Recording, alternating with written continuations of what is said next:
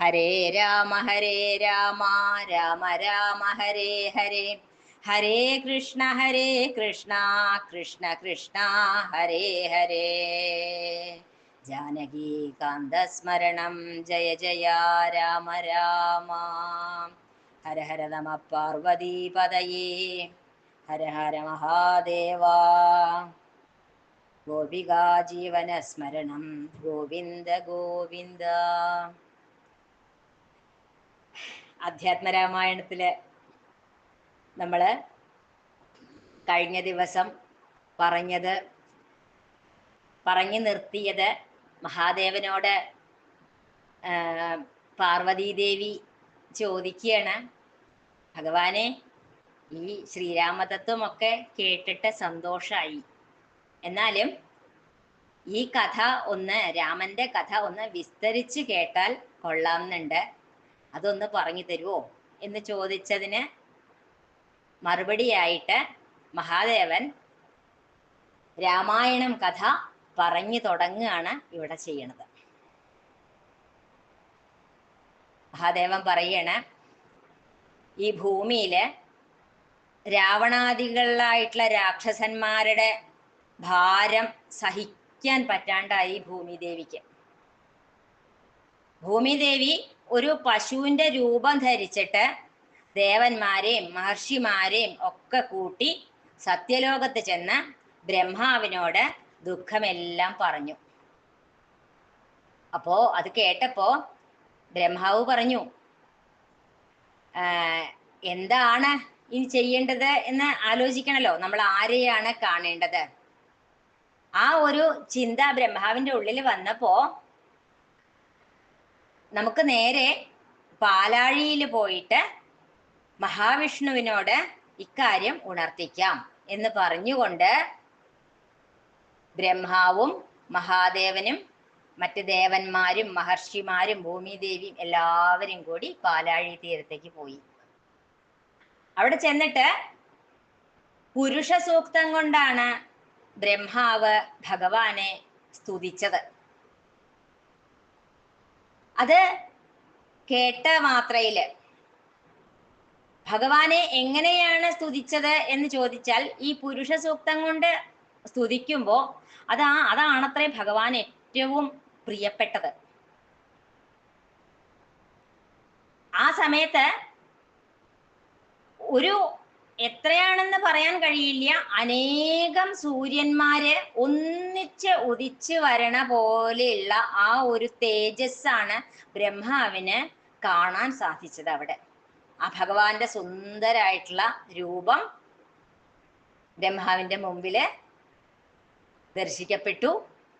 വേഗം ബ്രഹ്മാവ് ഭഗവാനോട് പറയാണ്, ഭഗവാനെ, അവിടുന്ന് ജയിച്ചാലും ഈ മോക്ഷേച്ഛുക്കളായിട്ടുള്ള മോക്ഷത്തിന് വേണ്ടി കാത്തിരിക്കുന്നവരായിട്ടുള്ള സിദ്ധയോഗികൾക്ക് പോലും കാണാൻ സാധിക്കാത്ത അങ്ങയുടെ ഈ പാദങ്ങളില് ഞാനിതാ വീണ്ടും വീണ്ടും നമസ്കരിക്കുന്നു. ഭഗവാന്റെ പാദാരവിന്ദം കാണുക എന്ന് പറഞ്ഞാൽ അത്ര ദുർലഭമാണ്. അതാണ് ഇവിടെ സൂചിപ്പിച്ചത്. സത്യം, ജ്ഞാനം, അങ്ങനെയുള്ള ആ അനന്തമായിട്ടുള്ള ആനന്ദം എന്നൊക്കെയുള്ള എന്നിവയുടെ ഏക സ്വരൂപമാണ് ഭഗവാൻ. ഈ സത്യവും ജ്ഞാനവും ആനന്ദവും ഒന്നിച്ചു കൂടിയിട്ടുള്ള ഏക സ്വരൂപമാണ് ഭഗവാനെ അങ്ങ്. ഈ പ്രപഞ്ചത്തിനെ സൃഷ്ടിക്കുന്നതും രക്ഷിക്കുന്നതും അവിടുന്നാണ്. ഇവിടെ സ്വാധ്യായം, തപസ്, ദാനം, യജ്ഞം തുടങ്ങിയിട്ടുള്ള കർമ്മങ്ങൾ കൊണ്ടൊന്നും ഒരാൾക്കും മോക്ഷം നേടാനാവില്ല. എന്തു വേണം മോക്ഷം നേടാൻ? അങ്ങയുടെ പാദത്തില് അചഞ്ചലയായ ആ ഒരു ഭക്തി കൊണ്ട് മാത്രമേ ഒരാൾക്ക് ആ മോക്ഷം സിദ്ധിക്കുകയുള്ളൂ. ഭഗവാനെ, ഈ പാദകമലങ്ങളെ കാണാൻ സാധിക്കുക എന്ന് പറഞ്ഞാൽ അത്രയും ഭാഗ്യമുള്ളവർക്ക് സാധിക്കുന്ന ഒന്നാണ്. താപസന്മാര് അവര് സത്യനിഷ്ഠന്മാരാണ്. അവര് ബുദ്ധി കൊണ്ട് ഭക്തിപൂർവം ധരിക്കപ്പെടുന്ന നിന്റെ പാതാരവിന്ദങ്ങളെ എനിക്ക് എന്നെന്നും ഭക്തി ഉണ്ടാവാൻ അനുഗ്രഹിക്കണം എന്ന് പറയും.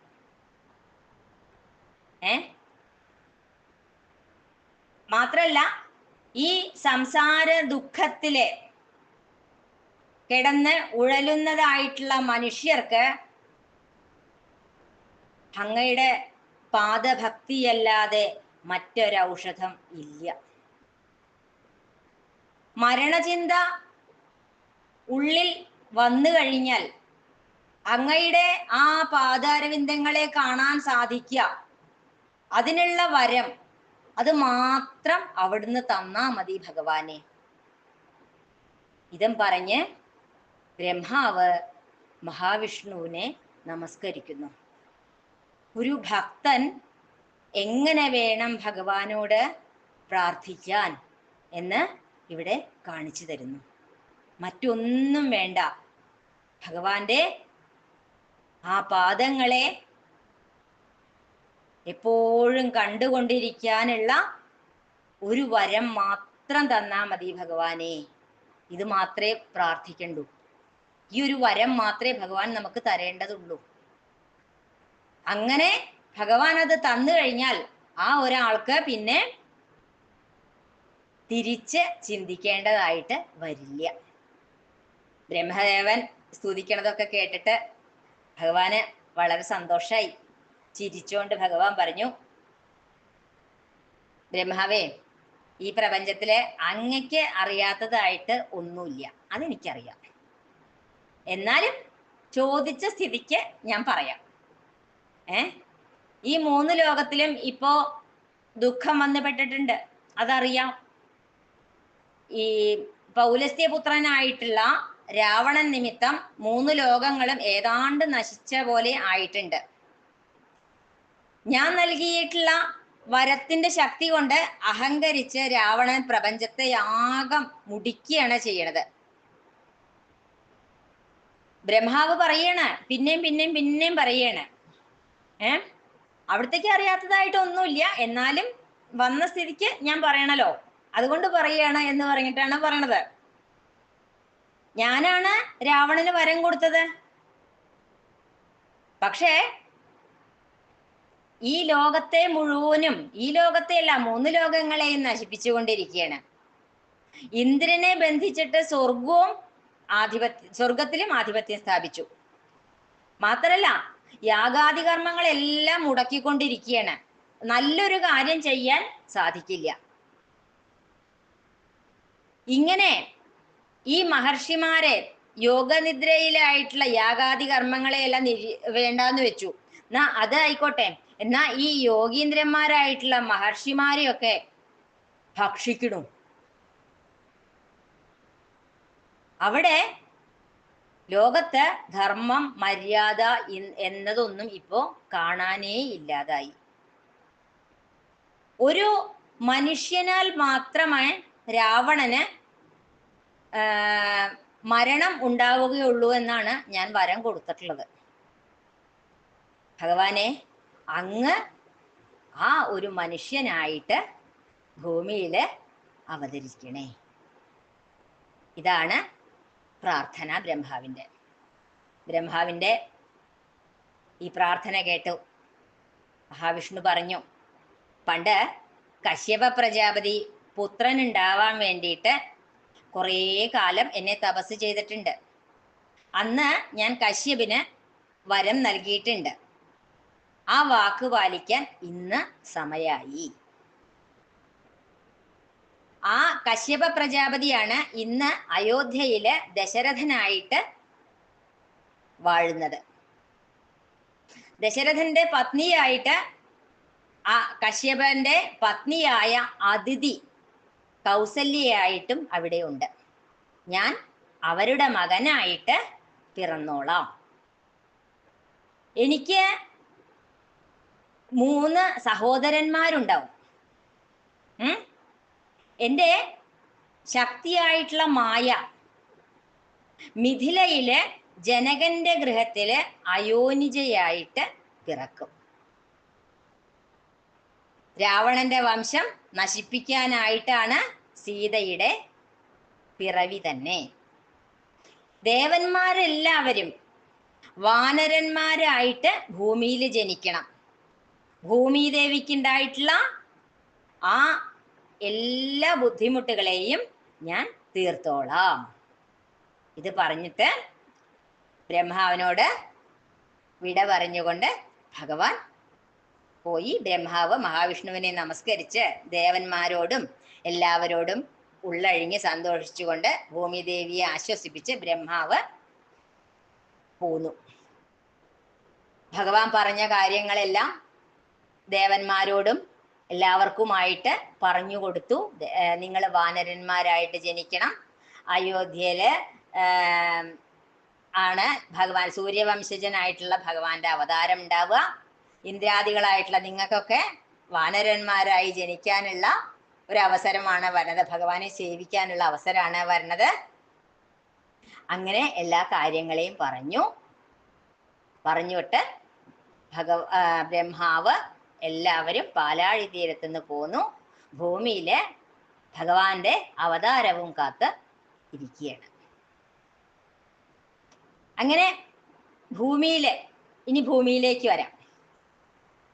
ഇവിടെ അയോധ്യാധിപതിയായിട്ട് ധർമ്മിഷ്ഠനായിട്ടും എല്ലാ ഗുണങ്ങളോടും കൂടിയിട്ടുള്ള ഒരു രാജാവാണ് അയോധ്യ ഭരിക്കുന്നത്, ദശരഥ മഹാരാജാവ്. അദ്ദേഹത്തിന് 3 പത്നിമാരുണ്ട്, കൗസല്യ, കൈകേയി, സുമിത്ര.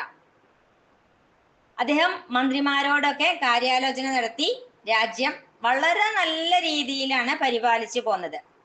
ഒരു ദിവസം രാജാവ് കുലഗുരുവായിട്ടുള്ള വസിഷ്ഠ മഹർഷിയോട് പറഞ്ഞു, ഗുരുനാഥ, എനിക്ക് ഒരു സങ്കടമുണ്ട്. എന്താണെന്ന് വെച്ചാൽ എനിക്ക് പുത്രന്മാരില്ല. ഈ പുത്രന്മാരില്ലാത്തത് കൊണ്ട് തന്നെ ഈ രാജ്യവും സമ്പത്തും എല്ലാം എനിക്കിന്നൊരു ഭാരമായി തോന്നുകയാണ്. പുത്രന്മാരുണ്ടാവാനായിട്ട് എന്ത് നല്ല കാര്യമാണ് ചെയ്യേണ്ടത്? ഇത് കേട്ട് വസിഷ്ഠ മഹർഷി പറഞ്ഞു, നിനക്ക് 4 പുത്രന്മാരുണ്ടാവും, നീ വിഷമിക്കേണ്ട. ഉടനെ തന്നെ വിഭാണ്ഡകപുത്രനായിട്ടുള്ള ഋഷ്യശൃംഗനെ വരുത്തി പുത്രകാമേഷ്ടി യാഗം നടത്തണം. കേട്ട് ദശരഥ മഹാരാജാവിന് സന്തോഷായി. മഹാരാജാവ് വേഗം തന്നെ ഋഷ്യശൃംഗനെ വരുത്തി സരയൂ നദിയുടെ തീരത്ത് യാഗശാല പണിതു. രാജാവ് യാഗദീക്ഷയെടുത്ത് അശ്വമേധം നടത്തി. തുടർന്ന് എല്ലാ ഭക്തി വിശ്വാസങ്ങളോടും കൂടിയാണ് രാജാവ് ഈ പുത്രകാമേഷ്ടി യാഗത്തിൽ സന്നിഹിതനായിരുന്നത്, എല്ലാ കർമ്മങ്ങളും ചെയ്തത്. ഋഷ്യശൃംഗൻ നടത്തിയ ഈ ഹോമം കൊണ്ട് എല്ലാ ദേവന്മാർക്കും സന്തോഷായി. ഹോമകുണ്ടത്തിൽ നിന്ന് അഗ്നിദേവൻ ഒരു സ്വർണപാത്രത്തില് പായസം ആണ് പ്രസാദമായിട്ട് കൊടുത്തത്. ദേവന്മാര് നിർമ്മിച്ച ഈ പായസം നിനക്ക് പുത്രനുണ്ടാവാനുള്ളതാണ്, സ്വീകരിക്കൂ എന്ന് പറഞ്ഞിട്ടാണ് അഗ്നിദേവൻ ദശരഥ മഹാരാജാവിന് ആ സ്വർണപാത്രം കൊടുത്തത്. മഹാരാജാവിന് സന്തോഷായി. മഹാരാജാവ് വേഗം തന്നെ തൻ്റെ ഒപ്പമുള്ള കൈകേയിക്ക് ആ പായസത്തിന്റെ നേർപകുതി കൊടുത്തു. തൊട്ടടുത്ത് നിന്നിരുന്ന കൈകേയിക്ക് ആ ബാക്കിയുള്ള പകുതിയും കൊടുത്തു. അപ്പോഴാണ് മഹാരാജാവിന് സുമിത്രയെ കുറിച്ച് ഓർമ്മ വന്നത്. ഇനി എന്താ ചെയ്യാ? അതില് ബാക്കി പായസമില്ല. എന്നാൽ മഹാരാജാവിന്റെ മനസ്സറിഞ്ഞ പോലെ കൈകേയി തനിക്ക് കിട്ടിയ പായസത്തിൽ നിന്ന് പകുതി സുമിത്രയ്ക്ക് കൊടുത്തു. ഇത് കണ്ട വഴി കൗസല്യയും കൈകേയും രണ്ടാളും പകുതി വീതം സുമിത്രയ്ക്ക് കൊടുത്തു. അത് കണ്ടപ്പോൾ രാജാവിന് സന്തോഷായി. അങ്ങനെ രാജാവ് എത്രത്തോളം സന്തോഷം ഉണ്ടാവുമോ അത്രയും സന്തോഷത്തോടു കൂടിയിട്ട് ഭാര്യമാരോട് കൂടിയിട്ട് അവിടെ അയോധ്യയില് വാഴാൻ തുടങ്ങി. കുറച്ച് ദിവസം കഴിഞ്ഞു. പത്നിമാരെല്ലാം ഗർഭിണികളായി. അതറിഞ്ഞ മുതൽക്ക് തന്നെ രാജാവ് ബ്രാഹ്മണ ശ്രേഷ്ഠന്മാരെ വരുത്തി ഗർഭരക്ഷയ്ക്ക് വേണ്ടിയിട്ടുള്ള കർമ്മങ്ങളൊക്കെ ചെയ്യിക്കാൻ തുടങ്ങി. മാത്രല്ല രാജാവിൻ്റെ ഈ ഒരു സന്തോഷം നാൾക്ക് നാൾ വർദ്ധിച്ചു വരികയാണ്. കാരണം തൻ്റെ പത്നിമാര് എല്ലാവരും കുഞ്ഞുങ്ങൾക്ക് ജന്മം നൽകാൻ തയ്യാറെടുത്തുകൊണ്ടിരിക്കുകയാണ്. അങ്ങനെ ബ്രാഹ്മണർക്കും എല്ലാവർക്കും പ്രജകൾക്കും ലോകവാസികൾക്കും എല്ലാവർക്കും വേണ്ടത് എല്ലാം രാജാവ് ദാനം ചെയ്ത് സീമന്തം പുംസവനം പോലുള്ള ക്രിയാദികളെയെല്ലാം വിധിയാം വണ്ണം ചെയ്തു. ഇത് പറഞ്ഞിട്ടാണ് ഇന്ന് നമ്മൾ പാരായണം ചെയ്ത ഭാഗത്തിനെ സമർപ്പിക്കുന്നത്.